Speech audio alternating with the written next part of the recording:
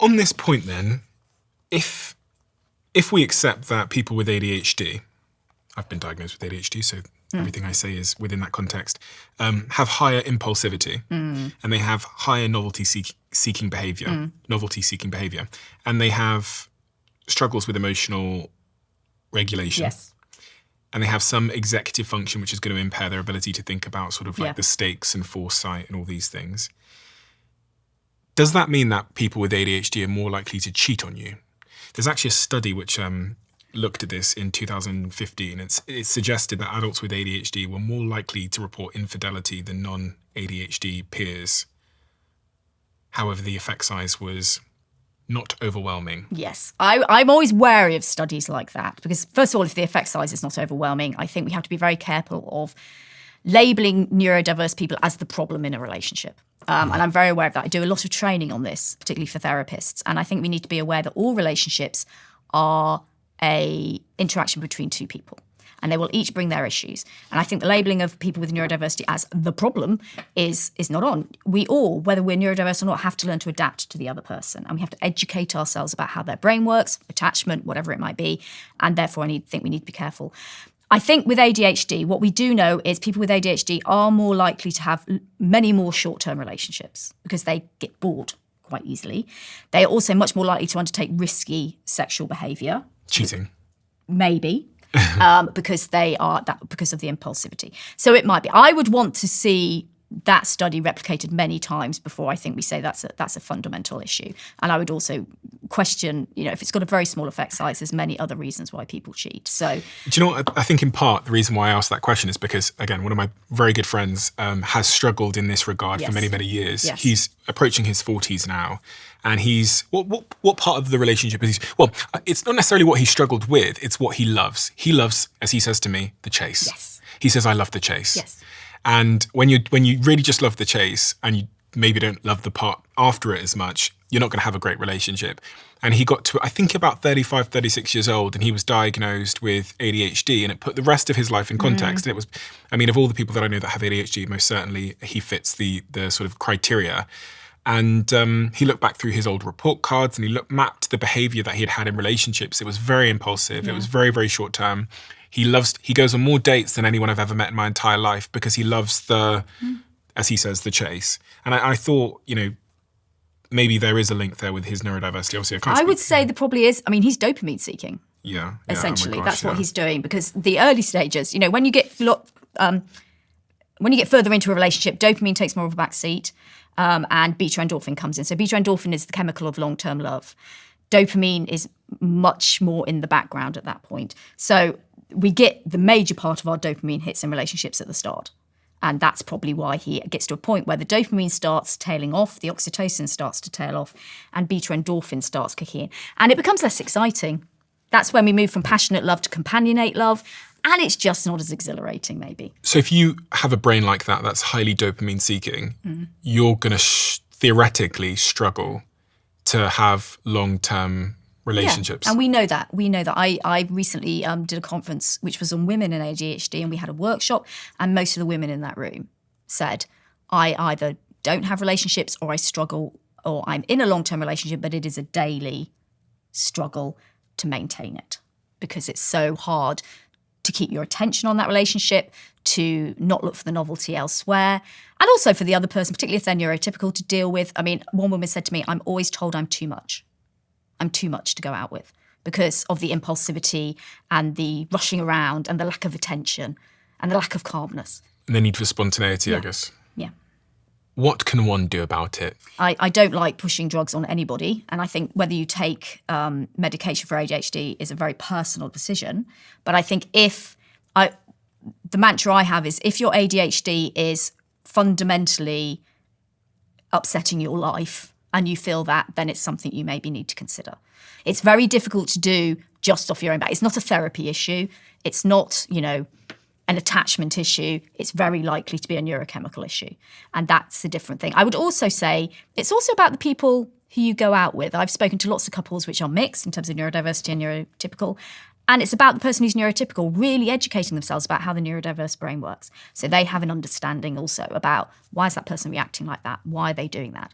And that's also really, really important. I don't think we want to put the burden always on neurodiverse people to change, because I don't think that's really an acceptable thing to ask them to do.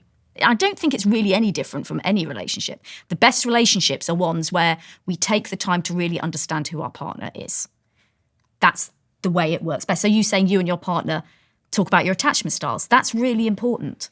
You're fundamentally making it clear that that's important to you and that your partner has an understanding, and you're explaining your behaviour.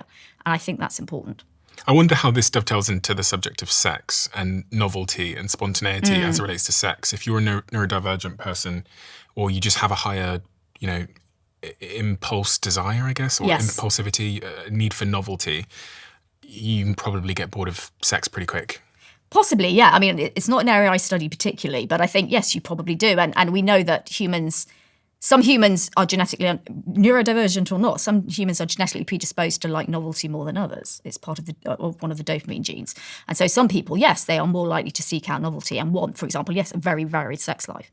But, that's something you can have with one individual. You don't necessarily have to go out and, if that individual is willing to go down that route with you. It's not something you necessarily have to seek elsewhere. As it relates to all the work that you do and the future work that you're going to go on to do, what is the most important thing we haven't talked about that maybe we should have talked about, Anne? Two things. I really, really want to emphasise the body of work which says that your relationships are the biggest factor in your health, your longevity and your well-being. And the reason why I want to emphasise that is because in a world of digital communication, we have become much less good at nurturing our relationships, much less good at inputting into our relationships, maintaining our relationships in the way they should be maintained, which is in person. Mm-hmm. And that has consequences for our health. A wonderful study, the first study of its kind in 2010, there have been many since, by Julie Holt-Lunstad. She did a massive meta-analysis, which is lots and lots of studies coming together, looking at the impact of your social network, your relationships, all those sorts of things on outcomes, health outcomes. Things like the likelihood that you would have poor mental health, the likelihood that you would suffer from certain chronic diseases, the likelihood that you would recover from certain illnesses, or how long it would take you to come back round after having an operation in terms of getting better. And she found, and it's been even more impressive since then, that your relationships are the biggest factor in your health, well-being and longevity. Above all else, from don't smoke, maintain a good weight, do your exercise, eat your vegetables, all those sorts of things. Above all of that, sit your relationships. So when we, in this very health-conscious world where we have lots of health influencers and all that kind of thing, we're still missing that point. And we're still trying to do our relationships efficiently in this busy, busy world. And I understand why. And the tools we've been given to do it are attractive. They're attractive. We love a new shiny thing, humans, and they're great. But what's happened is we've forgotten who we are and how we need to do it. And our brains did not evolve with the shiny screen. Our brains evolved in a world where we all lived very, very close together. And we need to kind of, in a way, go back to that if you want to have that fulfilling life. So I think that's my first point. I think the second one is the role for AI. And you've probably talked about AI in so many different contexts, but AI in our intimate relationships, and I don't mean just sexually intimate, I mean emotionally intimate, so any relationship you have based on love, is something we need to talk about. Because there is work towards, for example, we know about AI chatbots already, and we know that there's going to be a work towards having AI caretakers, for example, people who care for people, or robots who care for people, or even, you could even possibly have a relationship. I'm not talking about sex bots, but I'm talking about a full relationship with a robot. Again, all of these things, we need to understand the implications, and we need to have a conversation now. Because when you unleash these things, if you haven't had that conversation, it's very hard to put them back in the box. And we know already things like chatbots are out there, and I'm not the sort to say something is entirely negative. So chatbots have their place. They've been shown to be really, really good, particularly with people who have social anxiety or people who are, for example, autistic and want to practice being social. They're really good. You're not going to get any criticism from this chatbot. You're not going to get a funny face pulled or make them feel uncomfortable. It's great. You can have a good old practice, and that's brilliant. It's when you replace real human contact. Absolutely. It makes the conversation feel a lot more comfortable and natural. And you can really focus on the chat itself without any distractions. It definitely helps keep the vibe positive. Isn't it crazy how much that's progressed? Yeah, it is. But what scares me about it is that person talking to you there, your brain at the moment, because we haven't advanced enough in AI, and maybe we will, knows that's not human. And because it knows it's not human, it's not releasing any of the positive chemicals that come with social interaction in your brain. And it's those chemicals that underpin your health, your mental health and your physical health. Beta endorphin underpins your immune system. So that's the problem. Your prefrontal cortex at the moment is not recognizing that as human. So it's not going to kick off anything.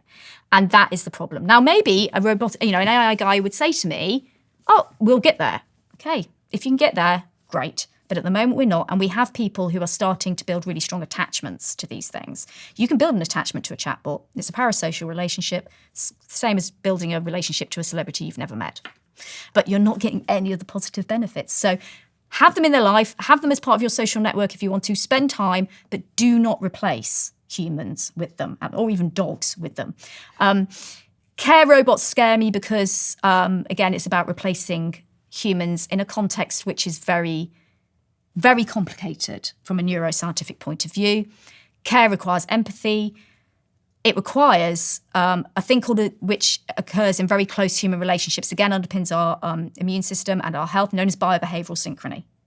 So biobehavioral synchrony, we won't have it now. I'm really sorry, we're not close enough, but you will have it with your partner. So when you're with your partner, if I were to observe you, your body language and maybe the gestures you use and your vocal tone and maybe the language you use would start kind of matching each other. We all know this from management training. You match people to make them feel close to you. Fine, that's what humans do. It makes us feel close to each other. But if we were to look into your body, you and your partner would have entered that room at different baseline levels of physiological measures, such as your blood pressure, your heart rate, your body temperature, okay? If you sat together and had a chat for 5 minutes, those would all come into synchrony. So your heart rates would synchronize, your body temperature and your blood pressure. And then if we were to look into your brain, 2 things would have happened. First of all, having come into the room again with different activation patterns in your brain, we would look in your brain and your activation patterns would be the same. So you would be perceiving the world in the same way. And finally, if we looked at your neurochemical levels, so we generally look at oxytocin because it's easiest to access. Again, we all have baseline levels of oxytocin. They're different from each other. You would have walked in with different levels. After 5 minutes, they would have synchronized. They would be the same. So what actually happens when you're with someone you're close to develop that bond is you become one organism. You are literally operating as one being. And we think that, in a way, is the absolute fundamental basis of human close love. And it's the fundamental. And you don't get that at the moment with an AI robot. And I can't imagine it being easy because you need a wet brain and you need a circulatory system. This picture I have here, which talks about the brain and love, what is that showing? That's showing that we can, I'll throw it up on the screen, but it's showing that we can't get the same depth of love as it relates to neuroscience than we can from a human versus like a pet. Yes, so what's happening here? So we've got all the different sorts of love. So we've got romantic love and parental love. Now, these two arguably are the most intense forms of love, okay? That's why you see such amazingly complex areas of the brain lighting up. You've got a lot happening in the core of the brain here. This is the limbic system. And you've got happening neocortically as well in relation to areas related to social behavior, but also things like empathizing, okay, and maintenance and trust and all those sorts of things. Love for a friend is, from a neuroscientific point of view, nearly as complicated as romantic love. But what it doesn't actually have, which is really interesting, is in romantic love, the difference is we actually get some activations which mirror the activations you get if you're on an opiate, that sort of addictive, euphoric sensation. You get that pattern in romantic love. You don't get it in friendship love. You also don't generally get biobehavioral synchrony in friendship unless it's a really close friend. So friendship love is just less intense. It's a love, but it's not as intense. I wouldn't describe this as love for a stranger. What you can see, the reason why I say that is, can you see how little unconscious activation there is? This is the limbic area. But it's the same with the pet. So we're not getting any unconscious, nurturing attachment behaviours, which you wouldn't expect to get with a stranger. With a pet, I'm surprised to look at this, and I don't know where this came from, because other studies have shown that pet love is very like parental love. Oh, really? Yeah. So I don't know which study this is, and I don't know what they looked at or how many people they looked at. So that's interesting. But what I would expect to see more actually here in the nurturing area of it, because we do know that you can build an attachment relationship with a pet. So it's very surprising that there's nothing there. The research you have there looked at the differences between friends, loves, pets, strangers. It's from Renee et al. Cerebral Cortex, a 2024 study. Okay. Okay, that's interesting. I mean, with science, you sometimes get different answers because you've done different methodology or you've got different populations. We tend to like to see things replicated for them to be confirmed. So I'm a bit surprised by this. Also in my book, I talk about some really good studies that have been done looking at dog-human love. So I'm surprised by that. I'm not surprised that it's got quite a bit of cortical action. I'm really surprised it has nothing in the limbic area because that's where attachment is. And love for nature, again, this is really interesting because, again, this is the striatum and the amygdala, and this is where human love, like to another sentient being, would be. And again, we've got nothing. So love for nature is a much more, it's not a conscious thing, but it's a much less emotional thing. It's different. And we only really see patterns like this if you're interacting with another sentient being. And this is what kind of worries me about AI. Because if you did this with AI, you would probably get something like this. If you really loved your AI robot at the moment, or your chatbot, you would get this. But I would be very surprised if you got anything in the limbic area. And the studies so far show that we don't. Because you don't develop that loving relationship. And you certainly don't get anything in the prefrontal cortex. And that's the problem. Now, AI might go on in leaps and bounds, but at the moment, when they talk about programming empathy is so complicated. And particularly the empathy we have cognitive empathy. Mm-hmm. Most animals have emotional empathy. So cognitive empathy is much more complex. It's very hard to do. And the fact you can't get biobehavioral synchrony unless you have a wet system. And robots so far don't have wet systems. So that's what worries me. But it's going to come, and we have to have that conversation. If you love the Diary of a CEO brand and you watch this channel, please do me a huge favour. Become part of the 15% of the viewers on this channel that have hit the subscribe button. It helps us tremendously, and the bigger the channel gets, the bigger the guests.